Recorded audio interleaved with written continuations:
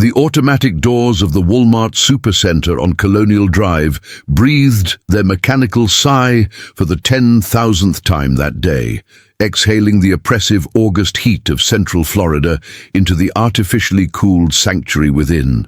It was 11:47 p.m., and the transition from day to night shift was nearly complete. The last of the evening customers shuffling toward the exits with their plastic bags and tired expressions, leaving behind only the skeletal crew that would tend to this retail cathedral through the darkest hours. Marcus Chen pressed himself deeper into the shadow between the towering pallets of dog food in aisle 12, his slight frame barely disturbing the carefully arranged fortress of Purina and pedigree that had become his temporary refuge. At 16, he possessed the peculiar gift of invisibility, not the supernatural kind that filled the pages of the comic books he'd devoured in 7 different foster homes, but something far more practical and infinitely more sad. He had learned to fold himself into spaces where adults' eyes simply didn't think to look, to move with the quiet desperation of someone who understood that being noticed meant being moved along. The fluorescent lights above hummed their electric lullaby, casting everything in that particular shade of pale yellow that made even the healthiest skin look slightly jaundiced. Marcus had been living in this artificial daylight for exactly 73 days now, not that anyone was counting except him. He kept meticulous track in a small notebook he'd lifted from the school supplies section, marking each sunrise he didn't see with a tiny X, each sunset that passed without him feeling natural light on his face.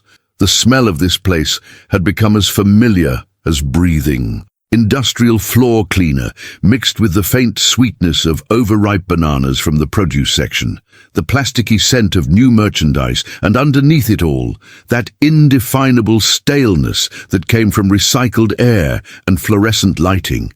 During the day, when the store pulsed with life, these scents were overwhelmed by the chaos of humanity. Crying children, competing perfumes, the grease from the McDonald's tucked into the front corner, the sweat of tired workers and impatient customers. But now, in these precious hours between midnight and dawn, the supercenter transformed into something altogether different.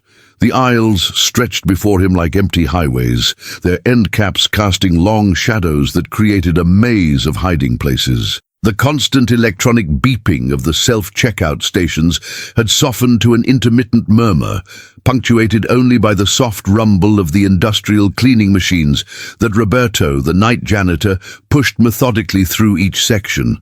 Marcus adjusted his position slightly, feeling the familiar press of the small backpack against his spine. Everything he owned in the world compressed into a space no larger than a school textbook. Inside, 2 changes of clothes, both carefully stolen from the clearance racks and washed in the employee restroom sink during the quiet hours.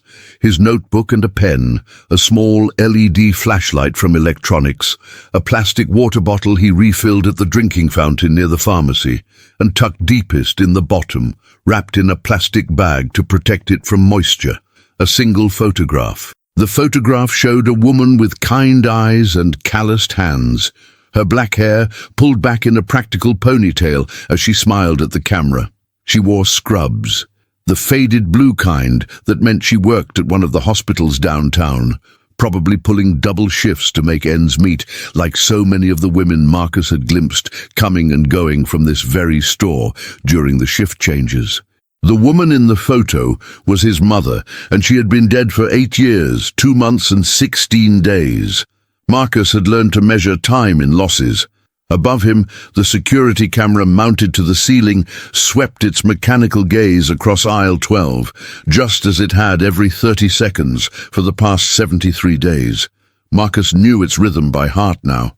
27 seconds focused on the main traffic area near the registers, then a 3-second sweep across his hiding spot, then 37 seconds scanning the electronics section where the real theft concerns lay. He had memorized every camera angle, every blind spot, every pattern in this store's digital nervous system with the same precision that other 16-year-olds memorized video game cheat codes. This knowledge hadn't come easily. Those first nights had been terrifying, darting from shadow to shadow like some urban rodent, constantly on the verge of discovery. He'd made mistakes, left traces. The morning he'd woken up in the garden center to find a security guard shining a flashlight just 3 aisles away had nearly been the end of everything. But desperation had a way of sharpening the mind, and Marcus possessed a particular type of intelligence that thrived under pressure. He was what the social workers had called gifted, a label that had followed him from placement to placement like a piece of luggage nobody wanted to claim. Gifted at mathematics, gifted at pattern recognition, gifted at electronics and computer systems, gifted at remembering every slight, every broken promise, every well-meaning adult who had looked him in the eye and sworn that this time would be different. The foster family, the Hendersons, had been different for almost 8 months. Long enough for Marcus to unpack that backpack completely for the first time in years, to spread his few possessions across the small desk in what they'd called his room. Linda Henderson had even bought him new school supplies, proper notebooks with his name written in careful script on the covers. She'd attended his parent-teacher conferences, cheered at his academic achievements, made him feel like maybe, just maybe, he'd found his place in the world. Then came the phone call on a Tuesday morning in June. Emergency transfer, they'd said. Family situation. The Hendersons were moving to North Carolina to care for Linda's aging father, and taking a foster child across state lines was complicated. Paperwork, bureaucracy, adult problems that somehow always became children's crises. "We'll write," Linda had promised, tears in her eyes as she helped him repack that backpack. "We'll stay in touch. This isn't goodbye, Marcus. This is just temporary." But Marcus had learned not to believe in temporary. Temporary had a way of becoming permanent when you were a 16-year-old with no legal guardian and a file thick with the histories of failed placements. The state had promised to find him a new home within the week, but weeks had turned into months, and emergency placements had evaporated like morning dew. So here he was, 73 days later, living in the spaces between spaces, surviving on expired yogurt and day-old sandwiches from the deli section, washing his clothes in bathroom sinks, and sleeping in shifts that aligned with the security camera's blind spots. He'd become a ghost, haunting the aisles of American commerce, invisible to everyone except Marcus. The voice was soft, barely above a whisper, but it cut through his reverie like a blade. Elena Vasquez stood at the end of aisle 12, her overnight stocker vest hanging loose over tired shoulders, dark eyes that had seen too much focused directly on his hiding spot. She held a box cutter in one hand and a clipboard in the other, but her posture wasn't threatening. It was the careful stance of someone who'd learned to approach wounded animals. "I know you're back there," she said quietly, glancing toward the front of the store where Dale Brennan's office sat like a glass tower overlooking his retail kingdom. "And I know you're probably scared, but we need to talk." Marcus felt his heart hammering against his ribs. Discovery meant exposure. Exposure meant eviction. Eviction meant he didn't want to think about what came after eviction. The streets of Orlando weren't kind to 16-year-old boys with nowhere to go, especially not in August when the heat could kill and the afternoon thunderstorms turned drainage ditches into drowning traps. But something in Elena's voice stopped him from bolting. Maybe it was the exhaustion he recognized there, the bone-deep weariness of someone who'd learned that life rarely offered easy choices. Or maybe it was the way she held herself, like she understood what it meant to be invisible in a world that only saw what it wanted to see. "I'm not going to turn you in," she continued, her accent carrying the soft vowels of someone who'd learned English as a second language, but spoke it with the precision of a professional. "But staying hidden back there, it's not sustainable, mijo, and it's not safe." Marcus emerged slowly from his fortress of dog food, unfolding himself from the shadows like origami in reverse. Elena was smaller than he'd expected, no taller than 5'4", with streaked brown hair pulled back in a practical bun, and the kind of calloused hands that spoke of physical labor. She looked tired, but there was something in her eyes that reminded him of his mother, an intelligence that poverty and hardship hadn't quite managed to extinguish. "How long have you known?" he asked, his voice rusty from hours of silence. "About a week," she admitted. "You're good at hiding, but not perfect. The way certain products kept disappearing from the clearance racks, always in your size. The fact that the employee restroom on the far side of the store kept running out of paper towels during the overnight shift. Little things that didn't add up unless you knew what to look for." She paused, studying his face in the fluorescent light. "I used to be a journalist," she said. Before life happened, I learned to notice patterns, to see the stories that other people missed. And you, Marcus, you're a story that somebody needs to tell." The use of his name sent a chill down his spine. If she knew his name, she knew more than just his hiding spots. She'd been watching, investigating, probably putting together pieces of his life that he'd thought were safely scattered. "What do you want?" he asked, fighting to keep his voice steady. Elena glanced around the empty aisle, then stepped closer, lowering her voice even further. "Right now, I want to make sure you eat something that didn't come from a trash can. Tomorrow? We'll figure out tomorrow when it comes." She reached into her vest pocket and pulled out a wrapped sandwich. Turkey and Swiss on fresh bread from the deli, not the day-old stuff that Marcus had been surviving on. The sight of it made his stomach clench with hunger so sharp it was almost painful. "There's more," she said softly. "But first, you need to understand something. This place, this Walmart, it's not what you think it is. And the man who runs it—" She glanced again toward Dale Brennan's darkened office. "He's not what he pretends to be either." Marcus took the sandwich with trembling hands. The simple act of being offered food without having to steal it nearly bringing tears to his eyes. But Elena's words carried a weight that suggested this conversation was about more than charity or kindness. "What do you mean?" he asked. Elena's expression hardened, and for a moment Marcus caught a glimpse of the journalist she'd once been, someone who'd learned to look beneath surface smiles and community awards to find the rot underneath. "I mean," she said quietly, "that Dale Brennan has been stealing from the very people he pretends to help. And if my suspicions are correct, he might be the reason you're living in aisle 12 instead of sleeping in a real bed." The fluorescent lights hummed overhead, casting their pale judgment on this strange midnight confession. Somewhere in the distance, Roberto's cleaning machine rumbled through the automotive section, and the self-checkout stations beeped their electronic lullabies. But in aisle 12, between the towers of dog food and cat litter, a journalist and a homeless boy stood on the edge of a discovery that would change everything.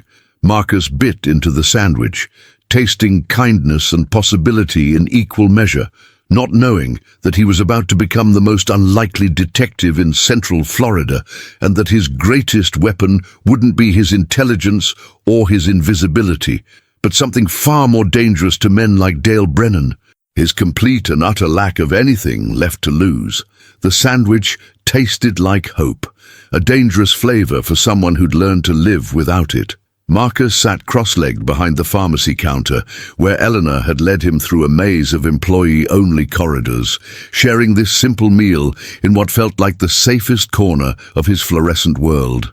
The bread was soft, the turkey thick and real, not the processed strips he'd grown accustomed to peeling from expired packages. "Tell me about before," Elena said quietly, settling beside him with her own late dinner. Leftover rice and beans from home, still warm in a glass container that spoke of someone who planned ahead, who had a kitchen and a refrigerator and all the small luxuries Marcus had forgotten existed. Before. The word hung between them, like a bridge over a chasm too wide to cross in a single step. Marcus wrapped his fingers around the LED flashlight in his pocket, feeling its familiar weight. A talisman against the darkness that always seemed to follow conversations about before. "Before what?" he asked, though he knew exactly what she meant. Elena's dark eyes studied him with the patience of someone who understood that some stories couldn't be rushed. "Before you became invisible," she said simply. Marcus took another bite of the sandwich, buying time, tasting the salt of tears he refused to shed. Before was dangerous territory, a landscape of memories that he'd carefully locked away because remembering hurt worse than hunger, worse than sleeping on cold floors, worse than the constant fear of discovery. But something about Elena's presence, about the way she'd appeared in aisle 12 like an angel of mercy carrying turkey sandwiches instead of wings, made the locks on those memories feel suddenly fragile. "My mom worked at Orlando General," he said finally, the words coming out rust-rough and reluctant. Third shift in the emergency room. She'd come home at 7 in the morning, still smelling like antiseptic and other people's pain, and she'd make me breakfast before school like it was the most normal thing in the world. He closed his eyes, and suddenly he was 8 years old again, sitting at their tiny kitchen table in the apartment complex off Orange Blossom Trail. The table was second-hand, scarred with ring marks from coffee cups and scratches from homework assignments, but his mother had covered it with a cheerful yellow tablecloth that she'd sewn herself from fabric she'd found in the clearance bin at Joanne Fabrics. "She never complained," Marcus continued, his voice growing softer as the memories took hold. "Not about the double shifts, not about the bills that were always overdue, not about the fact that my father had disappeared before I learned to walk. She'd sit across from me at that table, still in her scrubs, and she'd ask me about school, about my friends, about what I wanted to be when I grew up." Eleanor remained silent, but he could feel her attention like warmth in the cold, fluorescent air. Somewhere beyond their hiding place, the overnight crew continued their quiet work. The soft rumble of forklifts, the distant beep of scanners, the whispered conversations of people who lived their lives in the margins of everyone else's day. "What did you tell her?" Eleanor asked gently. "When she asked what you wanted to be?" Marcus smiled, the expression feeling foreign on his face after so many weeks of carefully controlled neutrality. "A detective," he said, "like Sherlock Holmes, but with better technology. I was obsessed with puzzles, with figuring out how things worked, why people did what they did. Mum used to bring home these medical journals that the doctors would throw away, and I'd read them cover to cover, trying to understand the mysteries of the human body." He reached into his backpack, fingers finding the plastic-wrapped photograph with the precision of long practice. He'd looked at it every night for 73 days, but showing it to someone else felt like exposing a wound that had never quite healed. "This was her," he said, unwrapping the picture with careful reverence. "Dr. Sarah Martinez took it during the hospital's holiday party. Mum was so proud that day. She'd just gotten promoted to charge nurse, and she bought this new dress from Walmart, ironically enough." Elena studied the photograph with the careful attention she might have once given to a crucial piece of evidence in one of her investigations. The woman in the picture radiated warmth despite her obvious exhaustion, the kind of beauty that came from kindness rather than genetics, laugh lines earned through years of finding joy in small moments. "She looks like someone who could make you feel safe in a storm," Eleanor observed. "She was," Marcus whispered. "Even when everything else was falling apart, even when the electricity got shut off or the landlord was banging on the door demanding rent, she had this way of making it feel like we were going to be okay, like we were a team, and teams stick together no matter what." The memory of that sense of belonging, of being part of something larger and more permanent than himself, hit him like a physical blow. He'd been carrying the weight of his solitude for so long that he'd almost forgotten what it felt like to matter to another human being. "What happened to her?" Elena's question was barely above a whisper, but it carried the weight of someone who already suspected the answer wouldn't be easy to hear. Marcus wrapped the photograph carefully, returning it to its protective plastic cocoon. The story of his mother's death had been told so many times. To social workers, to therapists, to well-meaning foster parents who thought understanding his trauma would help them fix him. But sitting here in the darkness with Eleanor, surrounded by the quiet commerce of the overnight shift, it felt different somehow, Like maybe this time, the telling might serve a purpose beyond bureaucratic necessity. Cancer, he said simply. Pancreatic. By the time they caught it, there wasn't much they could do except make her comfortable. She spent her last 3 months in the same hospital where she'd worked for 12 years, being cared for by the same nurses she'd trained and supervised. He paused, remembering those final weeks. The strange reversal of roles, as he'd become the caretaker, the one reading to her from the medical journals she could no longer focus on, the one holding her hand while she drifted in and out of consciousness. "She made me promise something," Marcus continued, his voice growing stronger as he approached the heart of the story. "The night before she died, when the pain medication made everything hazy except the important things. She made me promise that no matter what happened, no matter where I ended up, or how dark things got, I wouldn't let the world make me invisible." Elena's breath caught slightly, and Marcus knew she understood the cruel irony of that promise. How thoroughly he'd failed to keep it, how survival had required him to become exactly what his mother had feared he might become. "She said that invisible people can't help other invisible people," he went on. "That the world was full of kids like me, kids who fell through the cracks, and that someday I'd have the power to pull them back up. She said my gift for seeing patterns, for understanding systems, it wasn't just for solving puzzles in books, it was for solving puzzles in real life." From her vest pocket, Elena withdrew something that made Marcus's heart skip, a small recording device, the kind that journalists used for interviews. For a moment, panic flared in his chest. Had this entire conversation been some elaborate setup? Was she gathering evidence for a story, preparing to expose him to the world? But Elena's next words dissolved his fears. "I want to show you something," she said, pressing a button on the device. "Something I recorded 3 weeks ago, before I even knew you existed." Dale Brennan's voice filled the small space behind the pharmacy counter, smooth and confident, carrying the artificial warmth of someone who'd perfected the art of public speaking. "And that's why community partnership is so important," the recording continued. "When you see these charity drives here at the store, when you drop your change in those collection boxes, you're not just helping the homeless.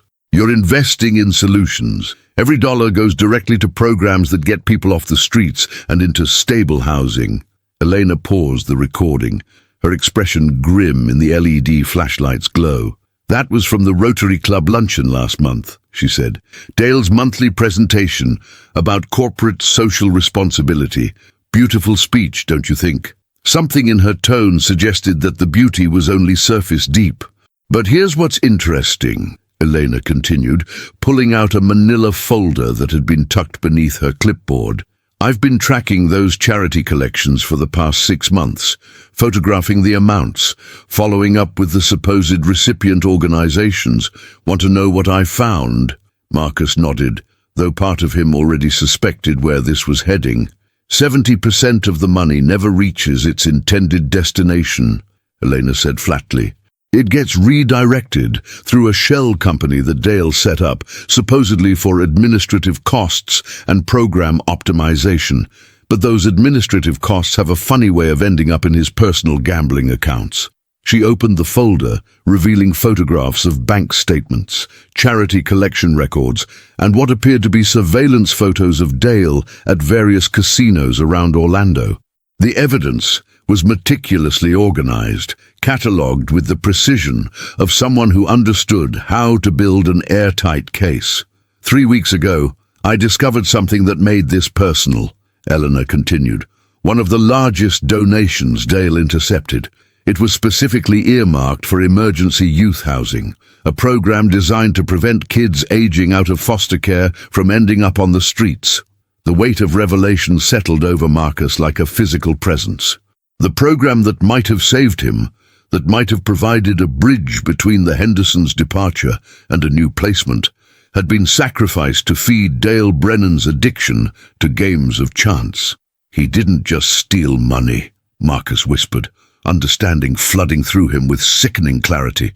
"He stole my chance at not having to live in aisle 12. Elena finished, at not having to survive on expired food and bathroom sink baths, at not having to become invisible just to stay alive. The fluorescent lights above them hummed their mechanical lullaby, but the sound had taken on a different quality, less like comfort and more like the buzz of an insect trapped in amber. This place that had become his reluctant sanctuary was also, Marcus realized, the scene of the crime that had made his homelessness inevitable. "Why are you showing me this?"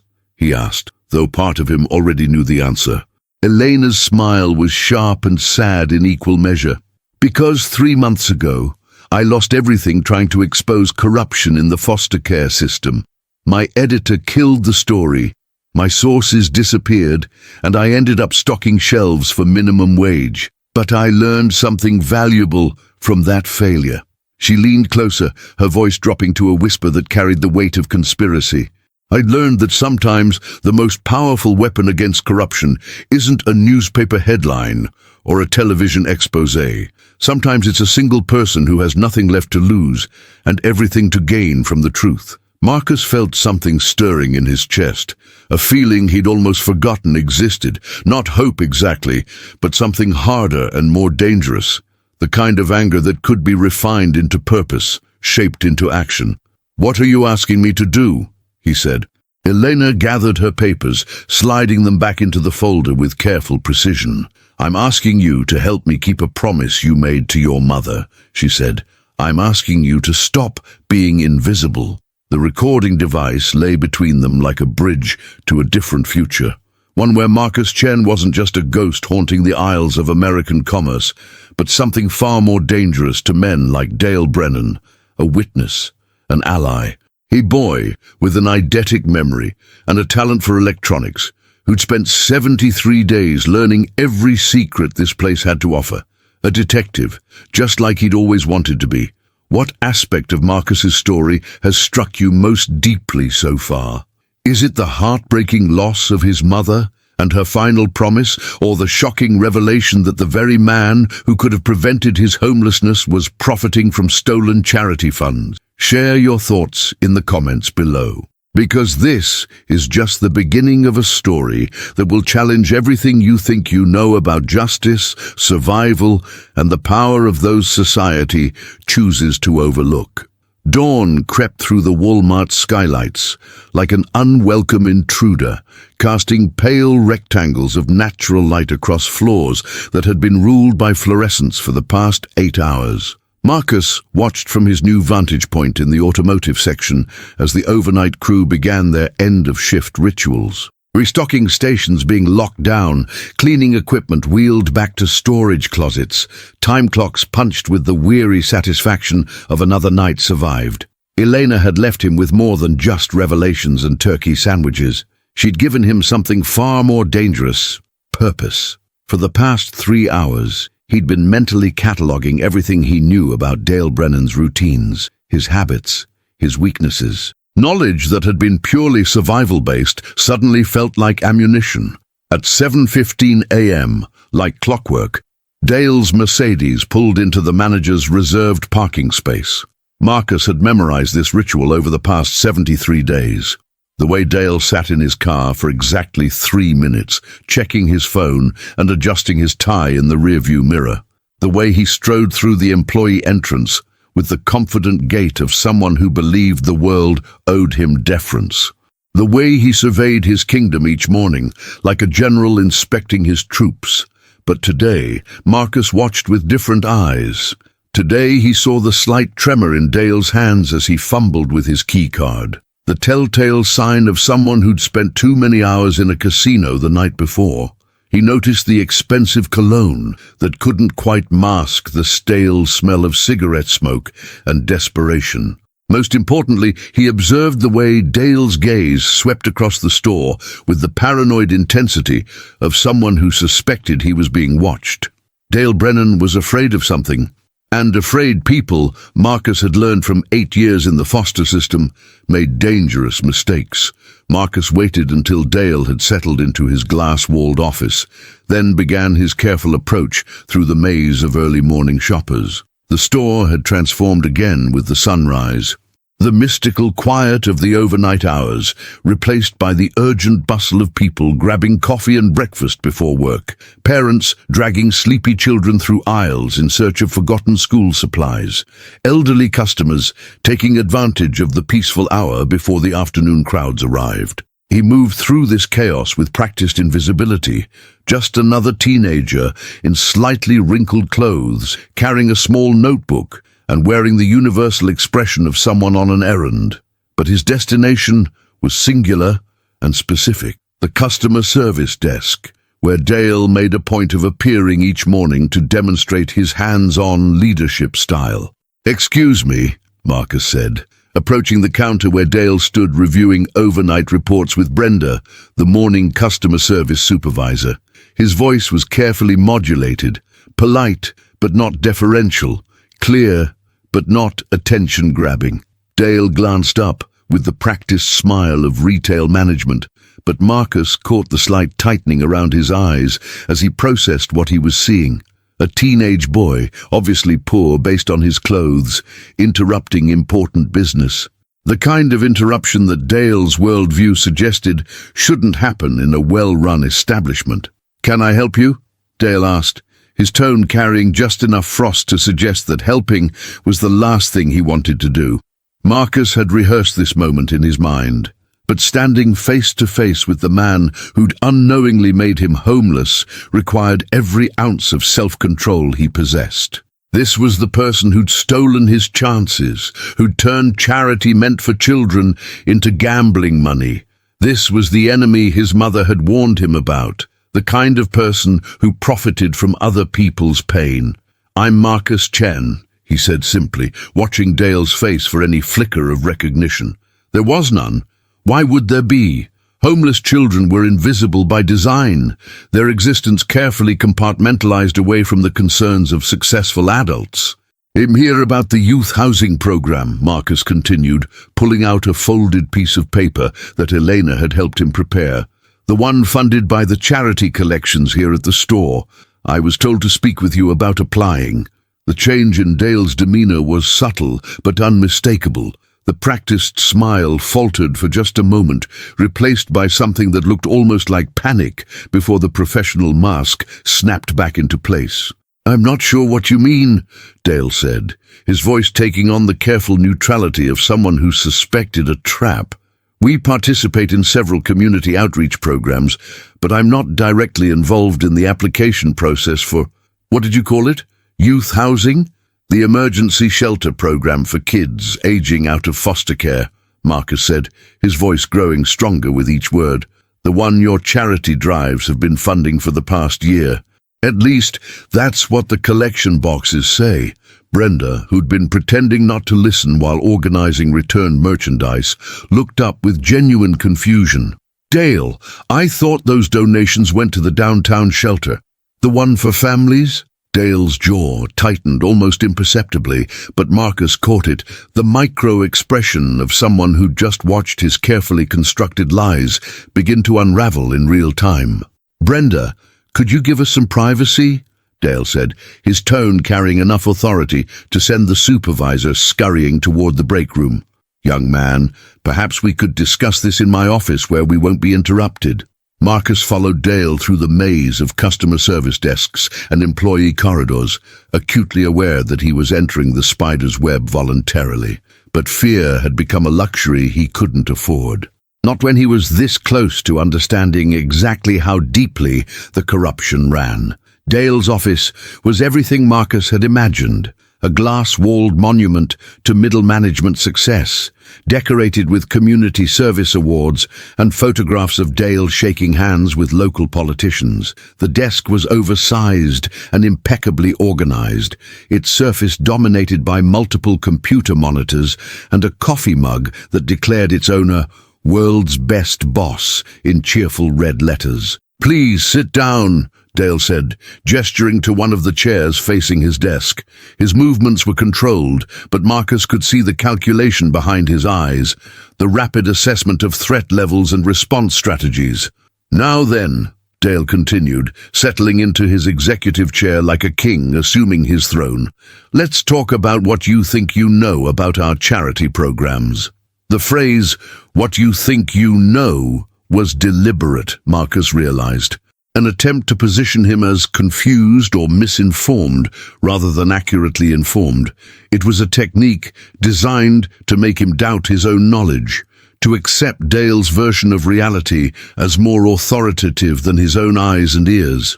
"I know that the collection boxes throughout the store specifically mention youth housing programs," Marcus said, pulling out his notebook and flipping to a page covered with meticulous observations. "Collection box near register 12. Help homeless youth find stable housing. Collection box in electronics. Every dollar fights youth homelessness. Collection box near the pharmacy. Supporting emergency shelter for kids in crisis."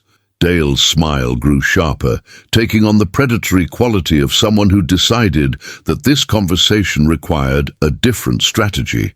"You've certainly been thorough in your observations," he said.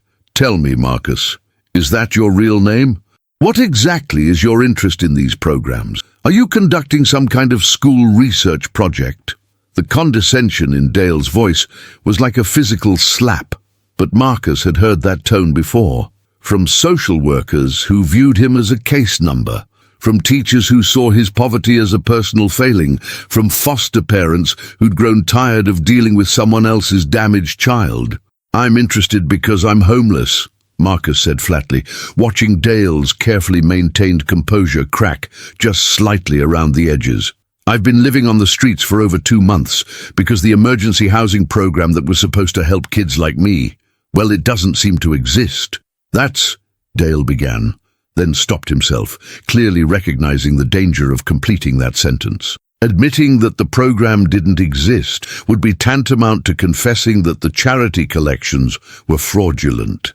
"That's unfortunate," he said instead, "but I'm afraid you've been misinformed about our role in these programs. Walmart Corporate handles all charitable giving through established channels. We're just a collection point."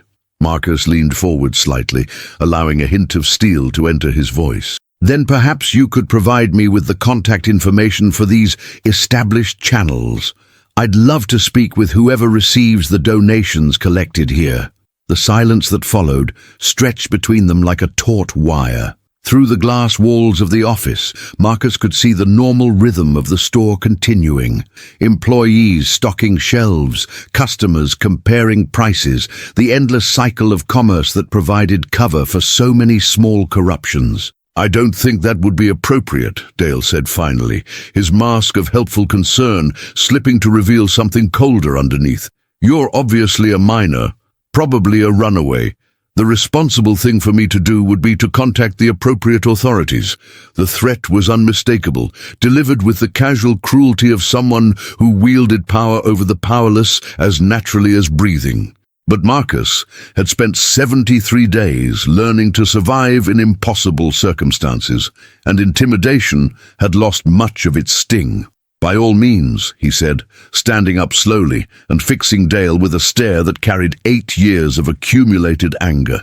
"Contact whoever you'd like. I'm sure they'd be very interested to hear about a 16-year-old who's been homeless for months, asking questions about charity programs that mysteriously can't be located." He paused at the office door, turning back to deliver the words that Eleanor had helped him craft. "Oh, and Mr. Brennan, you might want to be more careful about where you park when you visit the Seminole Casino. The parking lot has excellent lighting, perfect for photography." Duh. The color drained from Dale's face like water from a punctured balloon, but Marcus was already walking away, moving through the store with the casual confidence of someone who'd just played his opening move in a game that would determine far more than the fate of stolen charity money. Behind him, he could hear Dale scrambling for his phone, probably calling whoever had helped him set up this elaborate theft from the city's most vulnerable children. But it was too late for damage control now. The invisible boy had just made himself impossible to ignore.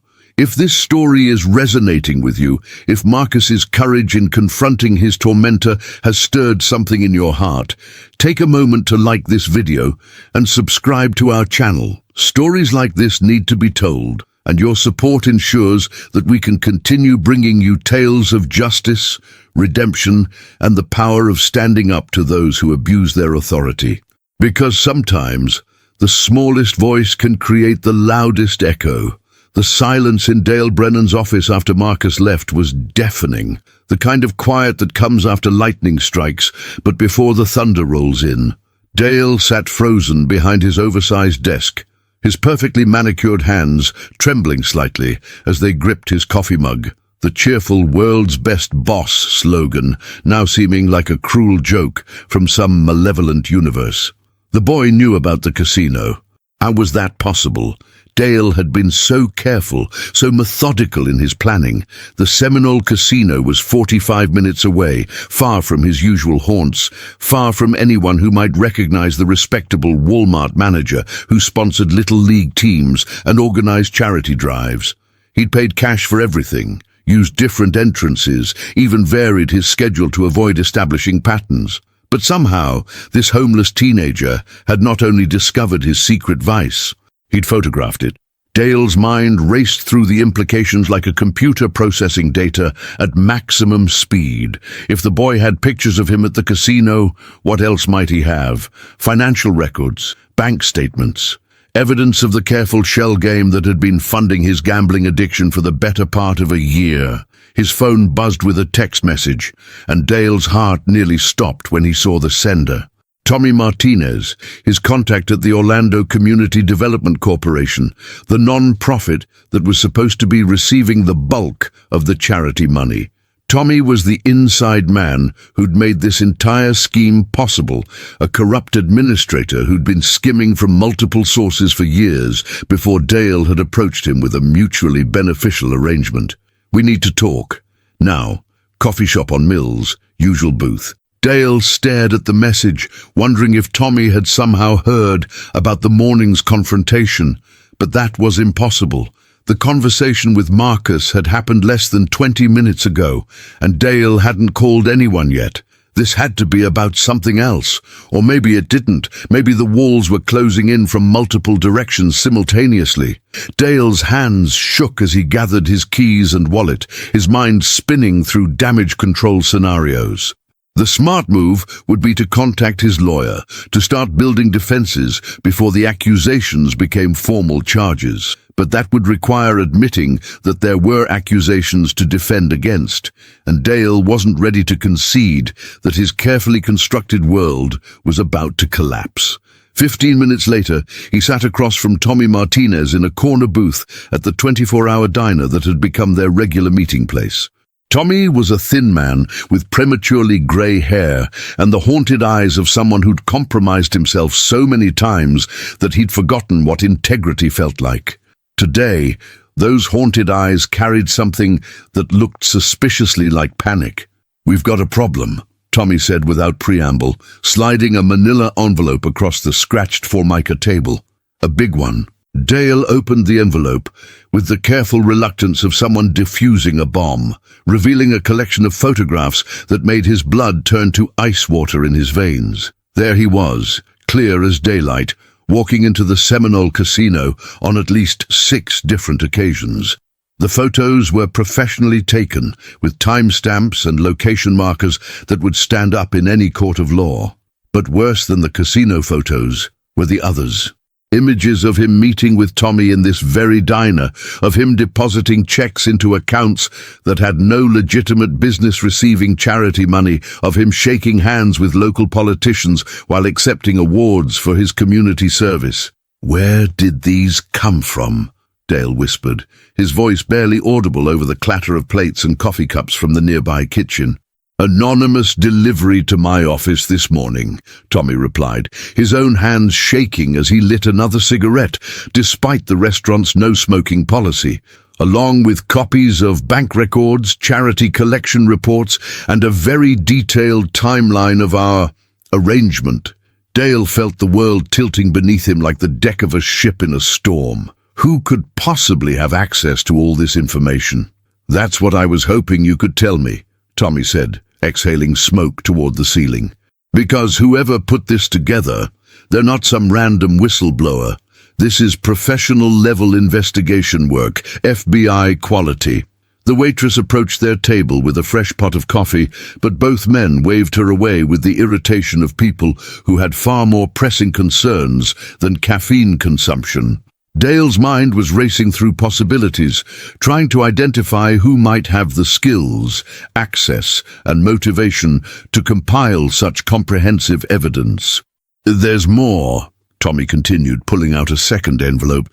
This one was delivered to the Orlando Sentinel, the Wesh newsroom, and the state attorney's office, along with a note suggesting they might want to investigate how charity money intended for homeless youth has been redirected. Dale's vision blurred as he processed the implications.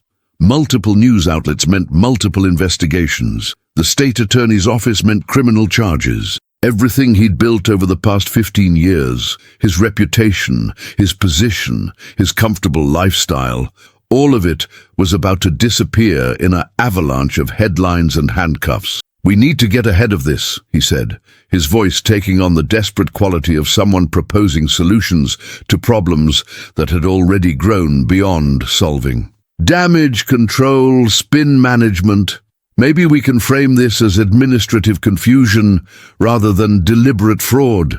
Tommy's laugh was bitter and hollow. "Dale, they have photos of you at a casino. They have bank records showing charity money going into your personal accounts. They have documentation of our meetings. This isn't the kind of thing you spin your way out of." "Then what are you suggesting?" Dale snapped, his carefully maintained composure finally cracking under the pressure. "That we just roll over and accept whatever punishment they decide to hand out." "I'm suggesting," Tommy said quietly, "that we figure out who's been watching us before they decide to do something worse than expose us to the media." As if summoned by their conversation, Dale's phone buzzed with another message. But this one wasn't from Tommy. It was from an unknown number, and the text made Dale's blood freeze in his veins. "Mr. Brennan, this is Marcus. I think we should finish our conversation. I'll be waiting in your office when you get back, and Mr. Brennan, you might want to hurry. The reporters I contacted said they'd be calling around noon for your comment on the story they're planning to run." Dale stared at the message, reading it 3 times before the full implications sank in. The homeless boy wasn't just asking questions about charity programs. He was the one who'd been conducting the investigation. A 16-year-old with no resources, no connections, no apparent means of accessing the kind of information that professional investigators would need months to compile. "It's him," Dale whispered, showing Tommy the phone. "The kid who came to my office this morning. He's the one behind all of this." Tommy stubbed out his cigarette with violent intensity. "A homeless teenager brought down our entire operation. How is that possible?" But Dale was already standing, throwing a $20 bill on the table and heading for the door. He had to get back to the store, had to confront this Marcus Chen character before the boy could do any more damage. Maybe there was still time to contain this situation, to negotiate some kind of arrangement that would prevent total destruction. The drive back to Walmart felt like the longest 20 minutes of Dale's life. Every red light was an eternity, every slow-moving vehicle an obstacle between him and the slim chance of salvaging his future. His mind kept returning to the boy's final words, about being more careful where he parked at the casino. How long had Marcus been watching him? How much did he really know? Dale burst through the employee entrance like a man possessed, ignoring the startled greetings of his staff as he made his way toward his office. But when he reached the customer service area, he stopped short. Marcus Chen sat in the chair behind Dale's desk, looking for all the world like he belonged there. The boy had changed clothes since their morning encounter. Gone were the slightly wrinkled thrift store purchases, replaced by a crisp button-down shirt and khakis that looked brand new. His hair was neatly combed, his posture confident and relaxed. Most unsettling of all, Marcus was no longer alone. A woman in her 30s sat in one of the visitor chairs, a laptop computer open in front of her and a press badge hanging from a lanyard around her neck. She looked up as Dale approached, her expression carrying the predatory satisfaction of a journalist who'd just landed the story of her career. "Mr. Brennan," Marcus said pleasantly, as if he were greeting an old friend, rather than the man whose life he was systematically destroying. "I'd like you to meet Elena Vasquez from the Orlando Weekly. She has some questions about your community outreach program." Elena stood and extended her hand with the professional courtesy that somehow made her presence even more threatening. "Mr. Brennan, thank you for taking the time to speak with us. I'm working on a story about charitable giving in retail environments, and Marcus has been incredibly helpful in providing documentation." Dale's legs felt like they might give out beneath him. This wasn't just exposure. This was annihilation, delivered by a homeless child who'd somehow transformed himself from invisible victim into unstoppable force of justice. "I don't understand," Dale managed to say, his voice sounding hollow and defeated even to his own ears. "How did you—" Marcus smiled, and for the first time since this nightmare began, Dale saw something in the boy's eyes that terrified him more than any threat or accusation could have. He saw intelligence, cold, calculating, absolutely implacable intelligence that had been focused like a laser on Dale's destruction for longer than he'd ever imagined possible. "Mr. Brennan," Marcus said gently, "I think it's time you learned what happens when you steal from people who have nothing left to lose." The fluorescent lights hummed overhead like an electronic Greek chorus, bearing witness to the moment when the hunter became the hunted and the invisible boy stepped fully into the light. Elena Vasquez had covered corruption stories before, but she'd never seen a subject collapse quite so completely as Dale Brennan was doing in his own office. The man who'd walked through the door 5 minutes ago had carried himself with the confident swagger of retail management royalty. Now he stood frozen in his own workspace, staring at Marcus Chen as if the teenager had just materialized from thin air wielding supernatural powers. "Please sit down, Mr. Brennan," Elena said, her voice carrying the professional calm of someone who'd interviewed everyone from city councilmen to cartel money launderers. "This will be much easier if we can have a civilized conversation."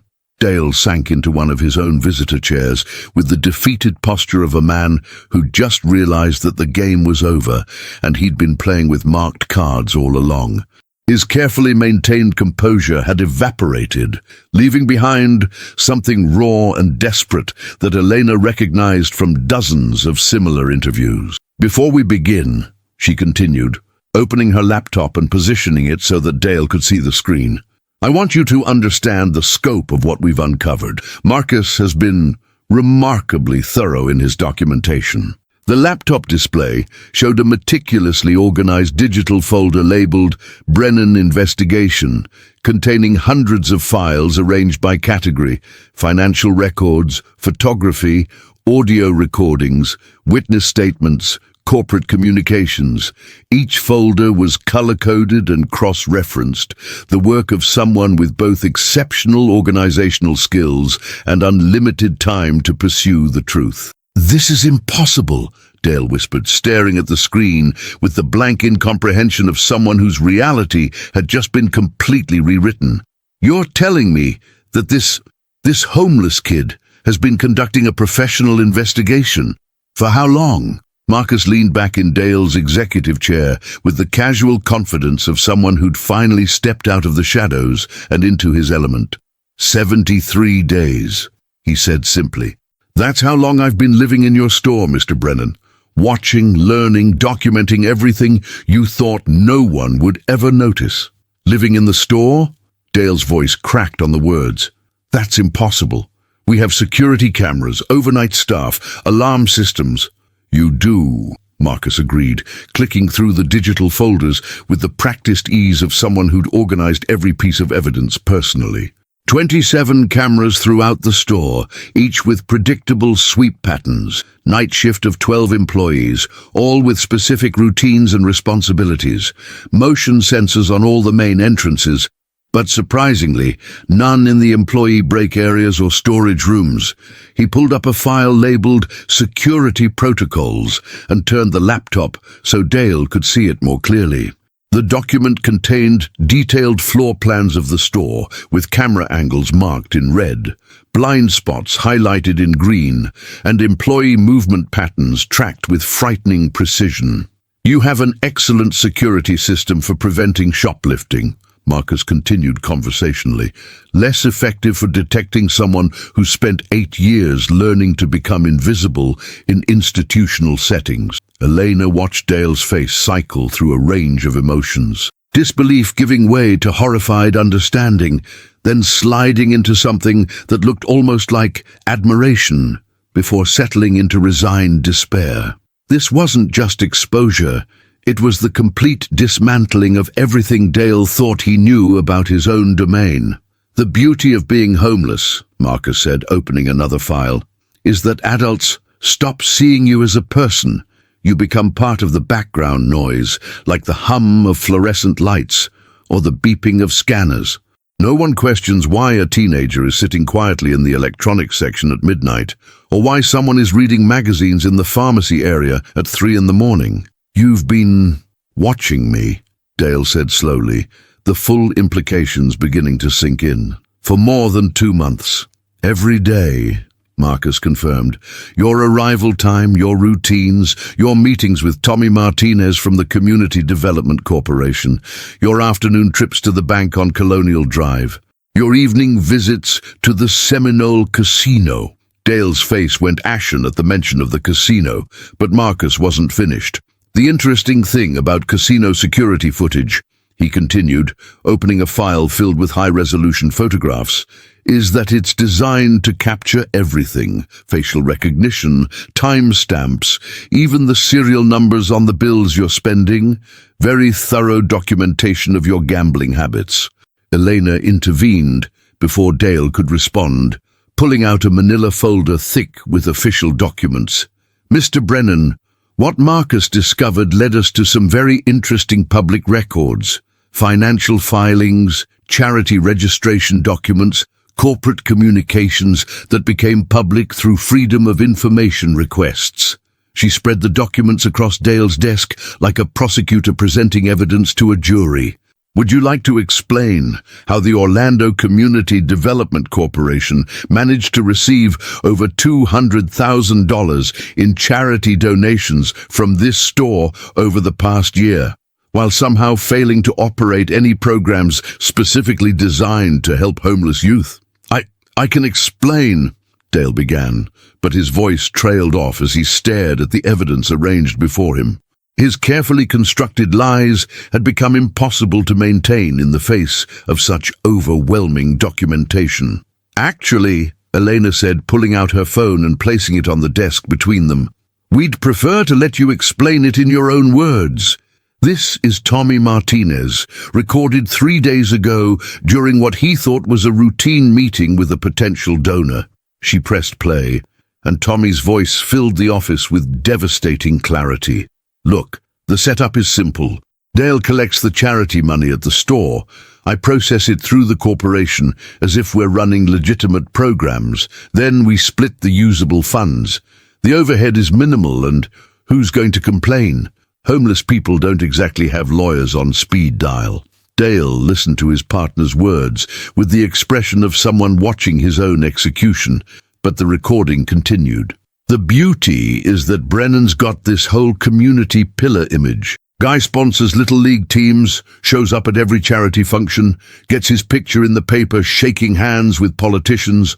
Perfect cover for what we're really doing." Elena paused the recording, allowing the silence to settle over the office like dust after an explosion. "Mr. Martinez was very talkative once he realized the scope of our investigation. He provided additional documentation, including financial records showing exactly how the money was divided between your gambling debts and his personal expenses." Marcus opened another file on the laptop, this one labeled Personal Impact Documentation. The screen filled with photographs and official documents, foster care records, emergency housing applications that had been denied due to lack of funding, statistics about youth homelessness in Central Florida. "This is the part that makes it personal, Mr. Brennan," Marcus said, his voice taking on a harder edge. "Every dollar you stole was supposed to help kids like me. Kids aging out of foster care with nowhere to go, no family to fall back on, no safety net except the programs you pretended to support." He clicked through a series of documents, each one representing a denied application or a program that had been defunded due to lack of resources. "Here's Sarah Thompson, aged out of foster care last spring. Application for emergency housing denied due to insufficient funds. She's been living in her car for 6 months. Another click. David Rodriguez, turned 18 while still finishing high school, applied for transitional housing assistance, program suspended indefinitely due to budget constraints. Another click. Marcus Chen, abandoned by foster family, applied for emergency youth housing, program. Well, you know what happened to that program. Dale stared at the screen, his face cycling through emotions like a broken slot machine. The abstract concept of charity fraud was becoming brutally concrete as he saw the faces and names of the children his theft had harmed. "The really beautiful irony," Marcus continued, "is that you unknowingly created your own downfall. If you hadn't stolen the money meant for youth housing, I would have had somewhere to go instead of living in your store. I never would have discovered your operation, never would have had the time and motivation to document everything, never would have been in position to expose the truth." Elena leaned forward, her journalist instincts recognizing the perfect moment to apply pressure. "Mr. Brennan, we're going to run this story whether you cooperate or not. The only question is whether you want your side included, or if you prefer to let the evidence speak for itself." Dale's shoulders sagged as the full weight of his situation settled over him. There was no escape, no spin that could transform theft into misunderstanding, no explanation that could justify stealing from homeless children to feed a gambling addiction. "What do you want from me?" he asked quietly, his voice carrying the hollow echo of complete defeat. Marcus smiled, but there was no warmth in the expression. Only the cold satisfaction of someone who'd spent 73 days planning this exact moment. "I want you to understand what it feels like to lose everything," he said simply. "I want you to experience the kind of desperation that makes someone grateful for day-old sandwiches and bathroom sink baths. But most importantly," he paused, letting the silence stretch between them like a tightrope over an abyss, "I want you to help me make sure that no other kid ever has to live in aisle 12 because adults like you decided that charity money makes good gambling stakes." The fluorescent lights hummed overhead, casting their pale judgment on a moment that would echo through the lives of everyone in that glass-walled office. Outside, the normal rhythm of retail continued. Customers comparing prices, employees stocking shelves, the endless commerce of American life proceeding without interruption. But in Dale Brennan's office, the invisible boy had just rewritten the rules of power, proving that sometimes the smallest voice can create the loudest echo when it carries the weight of absolute truth. The next 48 hours passed like scenes from someone else's nightmare for Dale Brennan. The Orlando Weekly article hit the internet at 6 a.m. Thursday morning, complete with photographs, financial documents, and a sidebar story about Marcus Chen's 3-month survival in the store. By noon, every major news outlet in Central Florida was running the story. By evening, it had gone viral on social media with hashtags like Invisible Boy and the charity theft trending across multiple platforms. Dale sat in his empty office Friday morning, staring at the resignation letter he'd typed and printed, but couldn't quite bring himself to sign. Corporate had suspended him pending investigation, which was really just a polite way of saying they were waiting for the media storm to pass before firing him publicly. The Little League teams he'd sponsored had already distanced themselves from his name. The Rotary Club had quietly removed him from their membership roster. Everything he'd built over 15 years had vanished in less than 2 days. A soft knock on his door interrupted his brooding, and Dale looked up to see Marcus Chen standing in the doorway. The boy looked different again. Gone were both the desperate homeless teenager and the confident investigator from their previous encounters. Today he simply looked tired, like someone who'd won a battle but wasn't entirely sure what victory was supposed to feel like. "May I come in?" Marcus asked, his voice carrying none of the cold steel it had held during their confrontation. Dale gestured to one of the visitor chairs, the irony not lost on him that he was now the one receiving visitors in what had once been his kingdom. "I suppose you've come to gloat," he said, though without the bitter anger he'd expected to feel. Mostly, he just felt empty. Marcus settled into the chair and studied Dale's face with the careful attention of someone trying to solve a particularly complex puzzle. "Actually," he said quietly, "I came to ask you a question." "Ooh, what question could you possibly have for me that you don't already know the answer to?" Marcus pulled out his worn notebook and flipped to a page covered with handwriting. "I've been trying to understand something," he said. "Your financial records show that you've been gambling for at least 3 years, but you only started stealing charity money 18 months ago. What changed?" The question was so unexpected that Dale found himself answering before he'd consciously decided to cooperate. "My mother got sick," he said simply. "Alzheimer's, the good nursing homes, they're expensive. Medicare doesn't cover nearly enough." Marcus made a note in his book, his expression thoughtful rather than judgmental. "How expensive?" $8,000 a month for decent care, 12 for the kind of place where they treat her like a human being instead of a problem to be managed." Dale's voice grew quieter as he continued. "I started gambling thinking I could win enough to cover the gap. Small bets at first, just trying to supplement my salary. But gambling addiction doesn't work that way," Marcus observed, not unkindly. "No," Dale admitted. "It doesn't. The more I lost, the bigger the bets became. I kept thinking I could win it all back with one good night, one lucky streak. By the time I realized I was in real trouble, I owed more than I made in a year." Marcus continued taking notes, his pen moving across the page with mechanical precision. "When did Tommy Martinez approach you about the charity scheme?" Dale's laugh was bitter and hollow. "He didn't approach me. I approached him. I'd heard rumors about his flexible approach to non-profit management. I thought maybe we could work together to solve both our problems." "Your mother," Marcus said after a long pause. "Is she still alive?" "Yes." The word came out as barely more than a whisper. "She's in the state facility now. The one that smells like disinfectant and defeat. She doesn't remember my name anymore, but sometimes she looks at me like she knows I've disappointed her somehow." Marcus closed his notebook and leaned back in his chair, studying Dale with an expression that was difficult to read. "Mr. Brennan, what if I told you there might be a way to fix some of this?" "I'd say you're either delusional or cruel," Dale replied. "There's no fixing this. My career is over, my reputation is destroyed, and I'll probably be facing criminal charges within the week." "You're right about the criminal charges," Marcus said matter-of-factly. "Eleanor's investigation uncovered evidence of mail fraud, wire fraud, and theft of charitable funds. That's federal territory, which means serious prison time if you're convicted."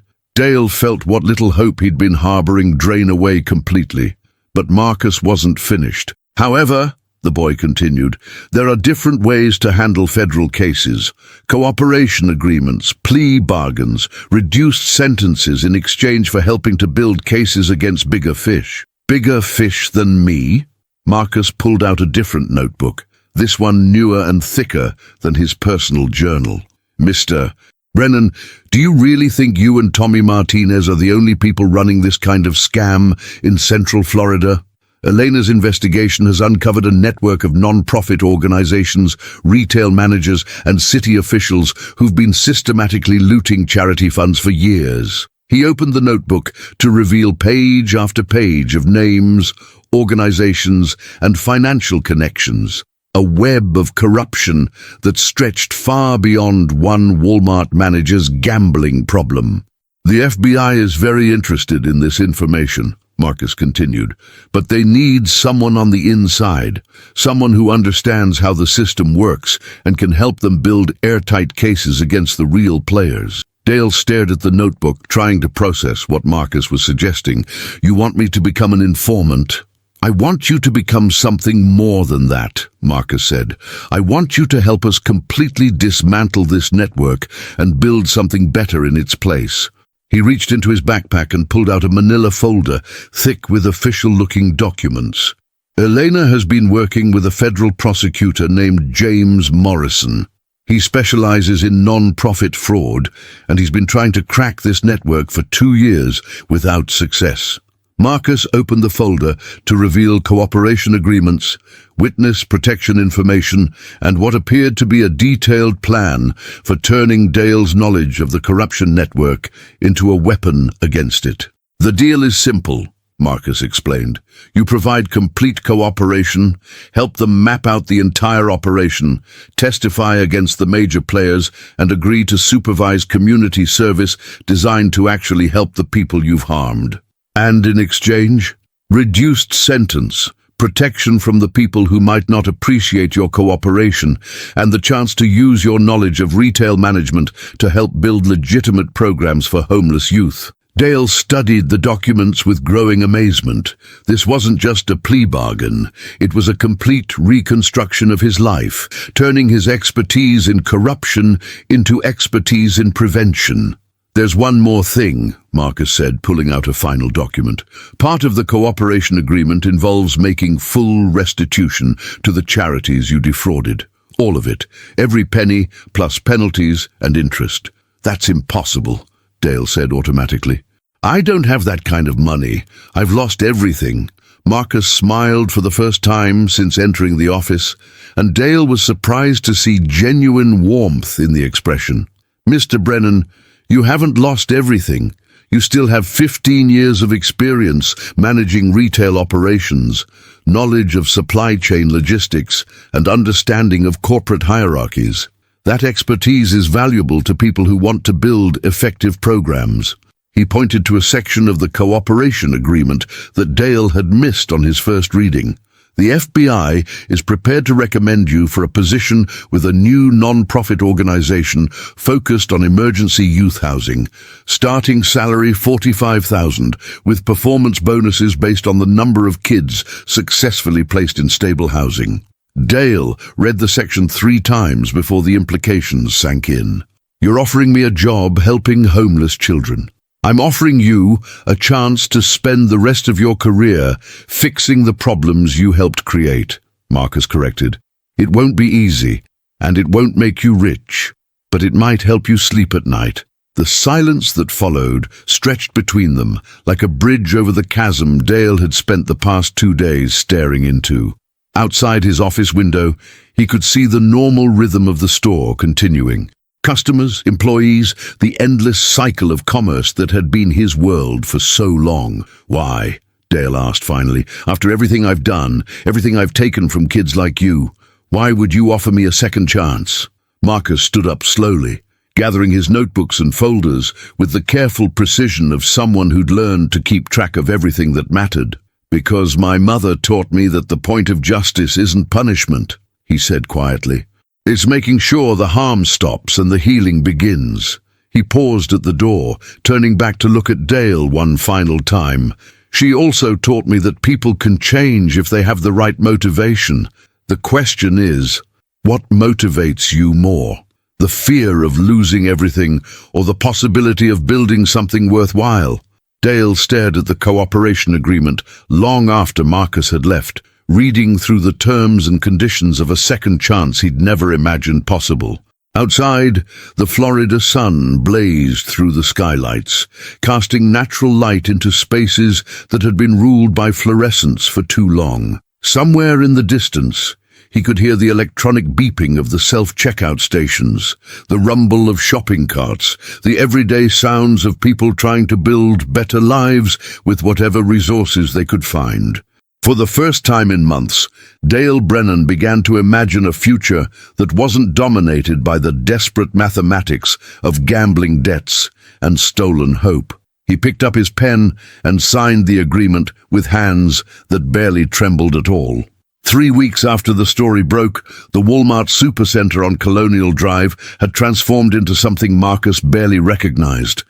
Gone was the atmosphere of quiet desperation that had permeated the overnight shifts, replaced by an energy that felt almost electric. Employees walked with straighter spines, customers seemed more at ease, and the charity collection boxes actually meant something now. Marcus stood in what had once been his hiding place behind the pharmacy counter, watching Eleanor direct a film crew from Channel 9 News as they documented the store's metamorphosis. She'd been promoted to lead investigative reporter at the Orlando Weekly, and her series on non-profit fraud had sparked similar investigations across 3 states. But more importantly to Marcus, she'd kept her promise about making sure his story led to real change. "The new management structure is fascinating," Elena was saying to the camera, gesturing toward the customer service area where Dale's replacement, Maria Santos, was training a group of employees on the updated charity collection protocols. Every donation is now tracked through blockchain technology, providing complete transparency from collection to distribution. Marcus smiled, remembering Elena's explanation of how they'd convinced corporate to implement the new system. It turned out that having your store featured as the epicenter of a viral charity fraud scandal was excellent motivation for embracing transparency initiatives. "Marcus?" A familiar voice interrupted his observation of the filming. He turned to see Tommy Martinez approaching hesitantly, looking like a man who'd spent the past 3 weeks questioning every decision he'd ever made. Tommy had been one of the first to accept a cooperation agreement with the federal investigators, his detailed knowledge of the non-profit fraud network proving invaluable to building cases against the bigger players. But unlike Dale, Tommy's path to redemption had been more complicated, tangled up in years of systematic corruption that went far beyond stealing charity money. "Tommy," Marcus replied neutrally. The anger he'd felt toward the man had faded over the past weeks, replaced by something closer to pity. Tommy Martinez had never been a mastermind, just a small-time operator who'd let desperation and opportunity override his better judgment. "I wanted to thank you," Tommy said quietly, glancing around to make sure they wouldn't be overheard. "The plea agreement you helped arrange, it's more than I deserved." Marcus studied Tommy's face, seeing the weight of genuine remorse in the lines around his eyes. "It wasn't about what you deserved," he said finally. "It was about what the kids who got hurt deserved. They deserved to have the system fixed, not just to watch it burn down." Tommy nodded, understanding the distinction. His cooperation had helped investigators uncover a network of 17 non-profit organizations that had been systematically defrauding charitable donors across Central Florida. The ripple effects were still spreading, with indictments expected against city officials, corporate executives, and non-profit administrators who'd treated charity money as their personal piggy banks. "Have you heard about the Hendersons?" Tommy asked, changing the subject to something more positive. Marcus's expression softened at the mention of his former foster family. The media attention around his story had led to dozens of calls and emails from people he'd lost touch with over the years. But none had meant more than the tearful phone call from Linda Henderson 3 days after the Orlando Weekly article was published. "They're driving down from North Carolina next weekend," Marcus said, unable to suppress a smile. "Linda says they've been following the news coverage, and they want to talk about making things official." "Adoption?"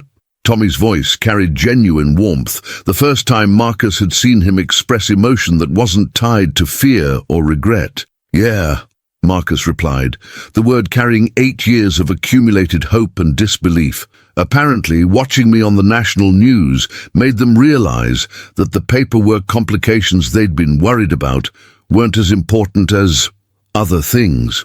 The truth was more complex than Marcus was willing to share with Tommy.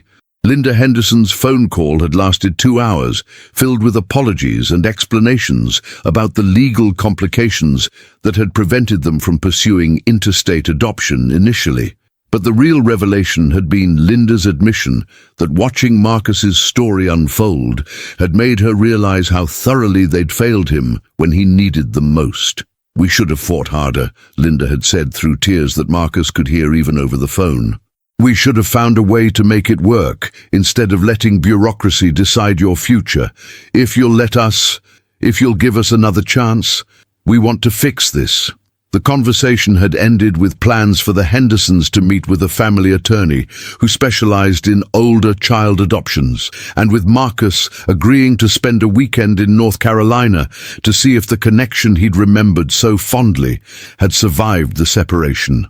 "That's wonderful news," Tommy said, and Marcus could hear that he meant it.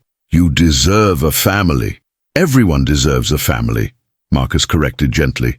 "That's kind of the point of all this."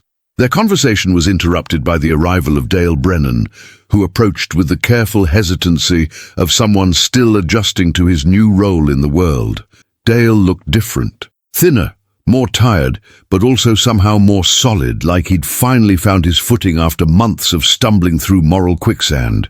"Marcus," Dale said, nodding respectfully to Tommy as well, "I wanted to update you on the housing program progress." Over the past 3 weeks, Dale had thrown himself into his new position with the Central Florida Youth Housing Initiative with the fervor of someone trying to atone for years of accumulated sins. The organization was new, created specifically to address the gaps in emergency services that had left kids like Marcus vulnerable to homelessness, and Dale's retail management experience had proven surprisingly valuable in organizing efficient intake and placement processes.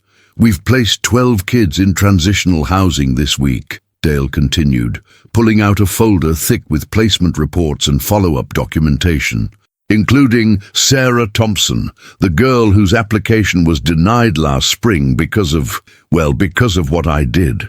Marcus accepted the folder, flipping through reports that detailed not just housing placements, but comprehensive support services, educational assistance, job training, counseling, and most importantly, advocacy to prevent aging out of foster care from becoming a pipeline to homelessness.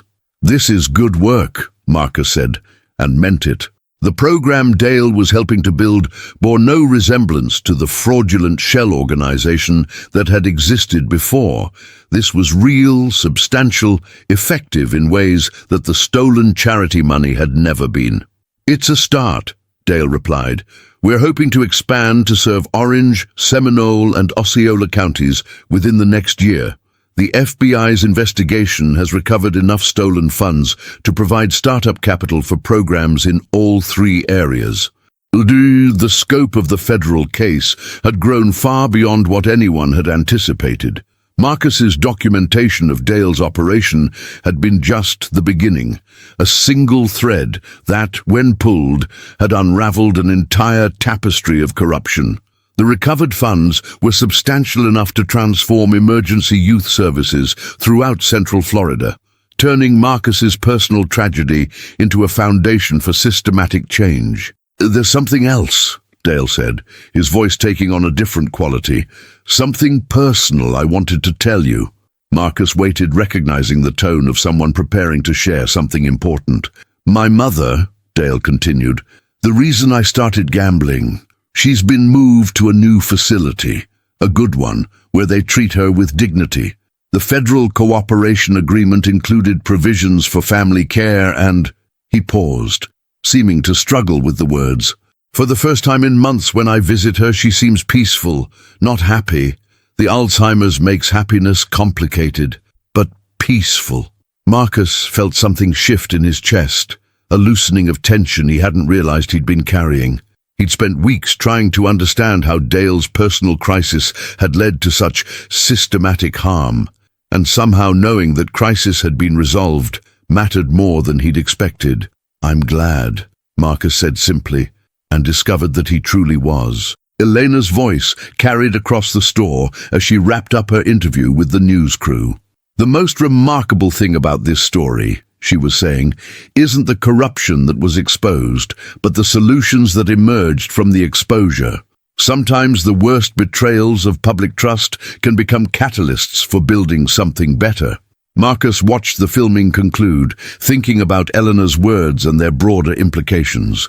The past 3 weeks had been a whirlwind of media interviews, federal investigators and policy meetings that had sometimes made him feel like he was living someone else's life. But underneath all the attention and accolades, the real change was happening in moments like this.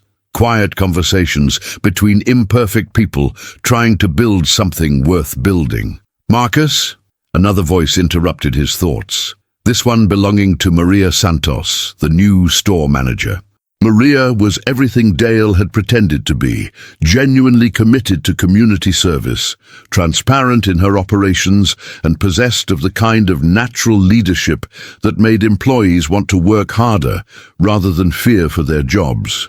"There's someone here to see you," Maria continued, gesturing toward the customer service area where a woman in a business suit was waiting patiently. Marcus recognized her immediately. Janet Morrison, the federal prosecutor who'd been working with Elena to build the broader case against the non-profit fraud network.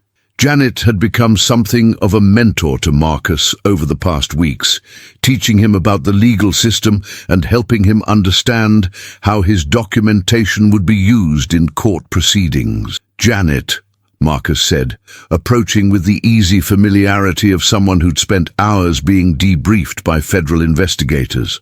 "I wasn't expecting you today." "I have news," Janet replied, her expression carrying the satisfied look of someone who'd just achieved a significant legal victory. The grand jury handed down indictments this morning. 17 defendants, including the city council member who'd been approving fraudulent non-profit registrations and the bank official who'd been facilitating money laundering. She handed Marcus a thick folder containing the indictment documents. "Your documentation was crucial to 12 of these cases. Without your evidence, most of these people would have continued operating indefinitely." Marcus flipped through the papers, seeing names and charges that represented months of investigation and years of systematic theft from the city's most vulnerable populations. Each indictment represented dozens of children who'd been denied services, families who'd been turned away from shelters, elderly people who'd been refused assistance. Also that relatively comfortable adults could fund gambling addictions, vacation homes, and luxury purchases. "What happens now?" he asked. "Now we go to trial," Janet replied, "and we make sure that everyone who profited from this network faces appropriate consequences. But more importantly, we make sure that the systems get rebuilt in ways that prevent this from happening again." As if to emphasize her point, Janet gestured toward the charity collection boxes that had been reinstalled throughout the store. Each box now featured a QR code that allowed donors to track their contributions in real time, watching as money moved from collection to verified programs, with full accounting available to anyone with a smartphone. "Transparency," Janet continued, "turns out to be an excellent disinfectant for corruption." Marcus smiled, thinking about how far they'd all traveled from that first conversation with Elena behind the pharmacy counter. The invisible boy had become not just visible, but a catalyst for change that was spreading far beyond the fluorescent aisles where his journey had begun. But the real measure of that change wasn't in indictments or news coverage or policy reforms.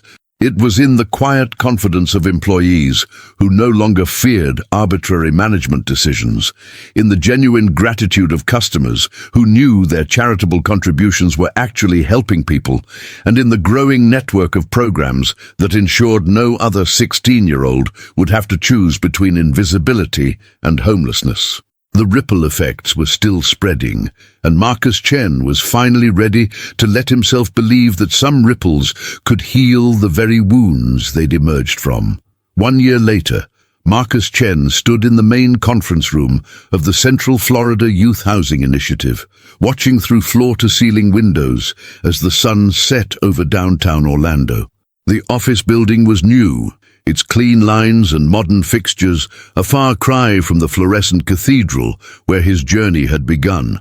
But the view still included the distant glow of the Walmart supercenter that had unknowingly shaped his destiny. The conference table behind him was covered with architectural plans, budget spreadsheets, and photographs of smiling teenagers holding keys to their first independent apartments. In 6 months, the organization would break ground on the Marcus Chen Emergency Housing Complex, a 40-unit facility designed specifically for youth aging out of foster care, complete with educational support services, job training programs, and long-term transitional assistance. "You're going to wear a hole in that carpet if you keep pacing," Eleanor said from her seat at the head of the table, where she was reviewing the final grant applications that would fund the project's expansion to 3 additional counties. Her transformation over the past year had been as dramatic as Marcus's own.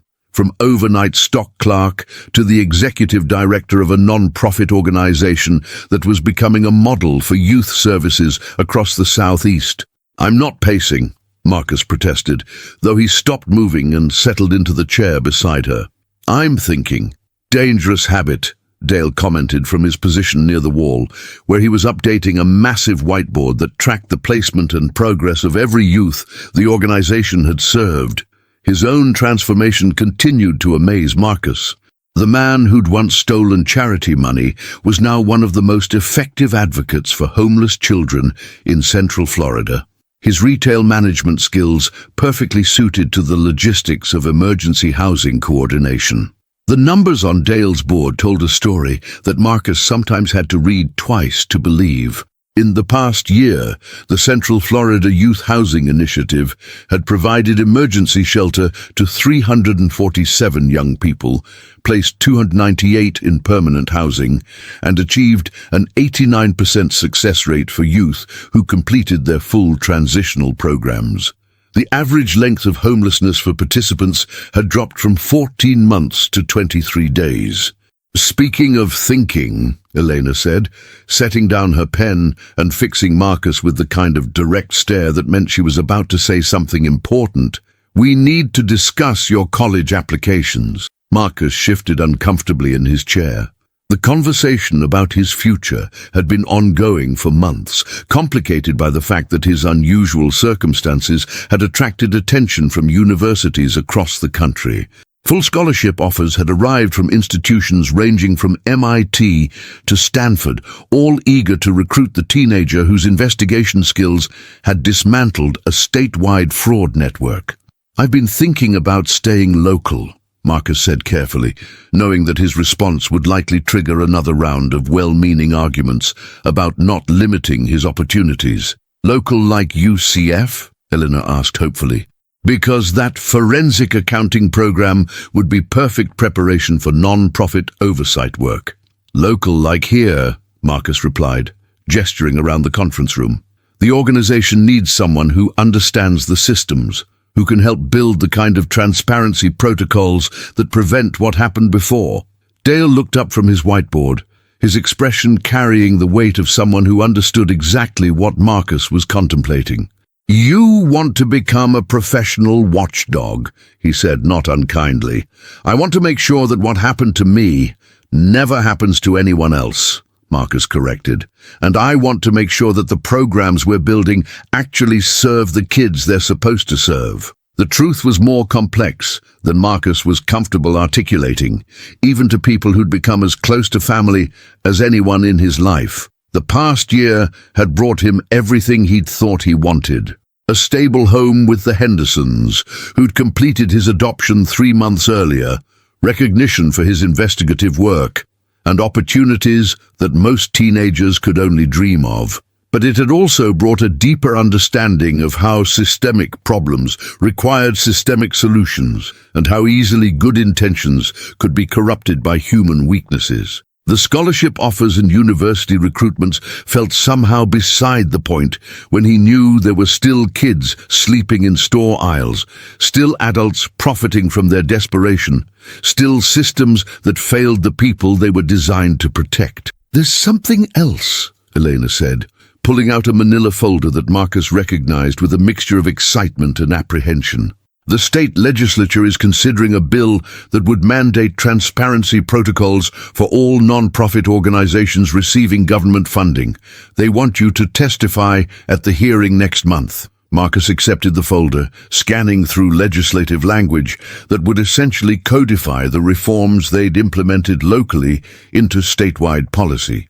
The bill was comprehensive, requiring real-time financial tracking, mandatory background checks for non-profit administrators, and criminal penalties for charity fraud that reflected the true harm caused by stealing from vulnerable populations. They're calling it the Youth Protection and Non-Profit Accountability Act, Elena continued, but the media has started referring to it as the Marcus Chen bill. The weight of having legislation named after him settled over Marcus like a cape he wasn't sure he was ready to wear. Fame had never been his goal. Justice had been his goal, and preventing future harm. But he was beginning to understand that sometimes personal recognition was the price of systematic change. "Will you do it?" Dale asked, his voice carrying the hope of someone who'd seen firsthand how Marcus's testimony could transform policy discussions. "Will you go to Tallahassee and tell them what needs to change?" Before Marcus could answer, his phone buzzed with a text message that made him smile, despite the weight of the conversation. The message was from Sarah Thompson, the first youth they'd successfully placed in permanent housing, and the photo attached showed her in cap and gown at her high school graduation ceremony. "Thank you for giving me a chance to have a future," her message read. "Starting community college in the fall, studying social work so I can help other kids like us. You changed everything." Marcus showed the message to Elena and Dale, watching their expressions soften with the kind of pride that came from seeing abstract policy transformed into concrete human outcomes. Sarah's success was multiplied across hundreds of similar stories. Teenagers who'd found stability, completed their education, built careers, and started families, all because someone had decided that charity money should actually help the people it was supposed to help. "I'll testify," Marcus said finally, understanding that his personal comfort was less important than the potential for preventing future tragedies. "But I want to make sure the focus stays on the kids who need these protections, not on the person who happened to uncover the problems." Elena nodded, already making notes about how to frame the testimony for maximum legislative impact. "We'll need to prepare thoroughly. The opposition is going to argue that increased oversight will burden legitimate charities with unnecessary bureaucracy." "Let them argue," Dale said with surprising steel in his voice. "Anyone who thinks transparency is a burden probably has something to hide." The conference room fell quiet as they contemplated the scope of what they were attempting to accomplish. Changing laws was complex and difficult, requiring political navigation that none of them had been trained for. But the alternative was accepting that future Marcus Chens would have to solve these problems repeatedly, one investigation at a time, rather than preventing the problems from occurring in the first place. "There's one more thing," Marcus said, pulling out his own folder from the backpack that still accompanied him everywhere. "Something I've been working on with Janet Morrison and the federal prosecutors." He spread out documents that outlined a new kind of organization, a national network of youth advocates trained in financial investigation techniques designed to monitor non-profit organizations and ensure that charitable giving actually reached its intended recipients. The proposal was ambitious, requiring federal funding and coordination across multiple agencies, but it was also entirely practical, based on the investigative methods that had proven so effective in exposing the Orlando fraud network. "You want to create an army of teenage detectives," Elena said, studying the proposal with growing excitement. "I want to create a system where corruption becomes impossible instead of just difficult," Marcus corrected. "Where transparency isn't optional, where accountability isn't negotiable, and where the most vulnerable people in society have advocates who understand how systems can be manipulated." Dale stepped closer to the table, examining the organizational charts and funding projections with the eye of someone who'd learned to spot both legitimate operations and elaborate frauds. "This could work," he said slowly. "The model is scalable, the oversight mechanisms are robust, and the transparency protocols would make fraud nearly impossible to conceal. More importantly," Elena added, "it would give kids like Marcus a way to use their experiences constructively, turning personal trauma into systematic prevention." Marcus looked around the conference room at the two adults who'd become his partners in this unlikely crusade for justice and accountability. Elena, the disgraced journalist who'd rebuilt her career by exposing corruption. Dale, the former fraudster who'd found redemption through genuine service. And himself, the invisible boy who'd learned to see everything. They were an improbable team, united by shared understanding of how easily good intentions could be corrupted and how much damage that corruption could cause. But they were proof that transformation was possible, that people could change, that systems could be reformed, and that sometimes the worst betrayals of trust could become foundations for building something better. The sun had fully set while they worked, and the office building had emptied around them, but none of them seemed inclined to leave. There was too much work to be done, too many kids who needed advocates, too many systems that required vigilant oversight. "You know what I realized today?" Marcus said, gathering the legislative documents and investigation proposals into neat stacks. "My mother was right about invisible people not being able to help other invisible people. But she was also wrong." Elena and Dale looked at him expectantly, recognizing the tone of someone who'd reached an important conclusion. "Invisible people can't help other invisible people," Marcus continued. "But formerly invisible people who choose to become visible, they can change everything." He stood and walked back to the window, looking out over the city that had become his battlefield and his home. Somewhere out there, in shelters and group homes and store aisles, there were kids like he'd been, smart, angry, desperate, and convinced that the world had forgotten they existed. But they were wrong about being forgotten, and Marcus Chen intended to spend the rest of his life proving it. The fluorescent lights in the conference room hummed their familiar lullaby as three unlikely allies continued planning a future where no child would ever again have to choose between visibility and survival, where charity actually meant charity, and where the most vulnerable members of society would always have someone watching over them. Outside, the city lights twinkled like stars in a constellation of possibility, and somewhere in the distance, the Walmart Supercenter continued its 24-hour cycle of commerce and community, now equipped with transparency protocols that ensured every donation reached its intended destination. The invisible boy had become a guardian, and his watch was just beginning. And so ends the remarkable true story of Marcus Chen, the boy who lived secretly in Walmart for 3 months and emerged to change the world for countless other children in need. His journey from invisible victim to powerful advocate proves that sometimes our greatest trials become our most important qualifications for helping others. If Marcus's story has moved you, if it has reminded you of the power that lies within each of us to stand up for justice and protect the vulnerable, please take a moment to share this story with others. Stories like this need to be told, and your voice can help ensure they reach the people who need to hear them most. Because in a world that too often chooses to look away from inconvenient truths, it takes courage to remain visible, to keep watching, and to never stop fighting for those who cannot yet fight for themselves. The legacy of the invisible boy continues in every act of kindness, every demand for accountability, and every refusal to let corruption hide in the shadows.